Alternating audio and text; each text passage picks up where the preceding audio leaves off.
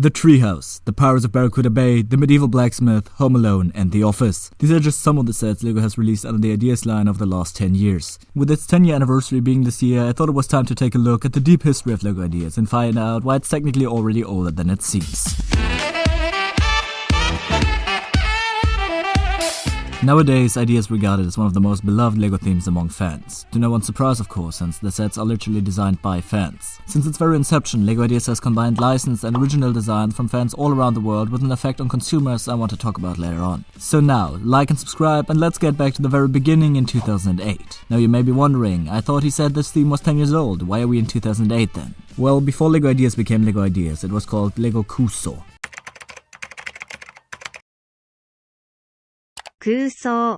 Cuusoo is Japanese, meaning as much as fantasy, and is the name of a crowdsourcing platform from, well, Japan. In collaboration with LEGO, they launched a pilot program back in 2008. Fans could design their own builds that, upon a voting process, would then be reviewed by LEGO. The designing and voting process only took place in Japan until 2011, and unlike today, you only needed 1,000 supporters for it to be considered for an official release. During those first 3 Japan-exclusive years, 2 sets were released through LEGO cuusoo, called the Shinkai 6500 Submarine and the Hayabusa. In 2011, the site went global, the number of supporters needed grew to 10,000, and unlike today, projects had an unlimited time frame to be picked. It became a huge success, but it went so big that the website just couldn't probably handle the number of users it got. Nonetheless, during its 3 years globally, still known as LEGO cuusoo, the theme released 3 sets, with one having big repercussions on LEGO as a whole. They came out with the DeLorean Time Machine, which is still an incredibly beloved set today, the NASA Mars Science Laboratory Curiosity Rover, and lastly, the Minecraft Microworld, The Forest. This is the set that introduced Minecraft to LEGO for the first time, leading to the release of the Microworld line, which ultimately resulted in the launch of LEGO Minecraft. This is where we already start to recognize a pattern that strengthens itself through LEGO Ideas, that being an introducer of LEGO to new audiences. LEGO Minecraft is a wildly successful theme that appeals to customers otherwise maybe uninterested, and that is what Ideas still does to this very day.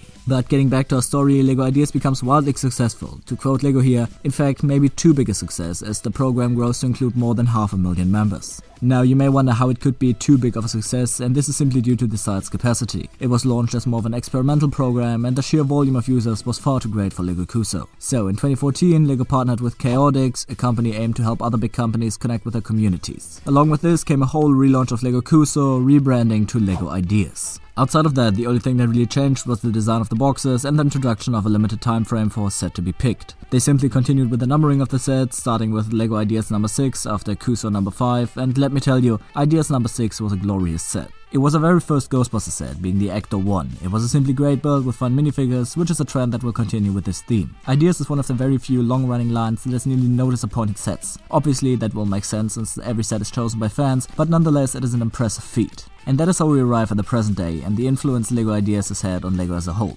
Now, while pretty much every set is a banger, there is always some outrage after every review process over some seemingly very popular sets not being chosen. This and the quite confusing license IP system are the 2 main complaints about LEGO Ideas these days. While I completely agree that it's pretty confusing to find out what themes will and won't fly, I think LEGO does a pretty good job of choosing new sets most of the time. With every new review, there's more and more sets to be considered, and while I of course would have loved something like a buildable Godzilla, Shrek Swamp, or Ichiraku Ramen Store from the last batch of sets, I can also see why they chose Twilight's Cullen House. A central theme of Ideas was always to introduce LEGO to new audiences, and I can say from first-hand experiences that works. My sister likes LEGO, but is very peculiar with the sets she buys, and doesn't nearly waste the money on it that I do. This makes the fact that she is excited for 3 sets releasing soon, and 2 of them being Ideas, so much more important. It may not always appeal to the hardcore LEGO fan, but nonetheless, it does a brilliant job expanding the LEGO audience. Without this very theme and the great fans, we would never have gotten some of the best builds in the past decade. I already mentioned some in the intro, but even smaller ones like Wall-E, Doctor Who, Winnie the Pooh, the NASA Apollo Saturn V, and 123 Sesame Street are some fantastic models. And there's so many more that I haven't even mentioned yet, like Sonic the Hedgehog Green Hill Zone, which launched an entire theme, or the Central Perk, which paved the way for the Friends apartment. LEGO Ideas itself also provides the shoulders of many current LEGO community projects. The D&D competition would never have been able to happen without Ideas, and the whole Bricklink designer program is the spiritual successor of LEGO Ideas for AFOLs. With all of that, I think we can agree that Ideas is one of LEGO's greatest themes ever. I hope you enjoyed today's video, and until next time, goodbye!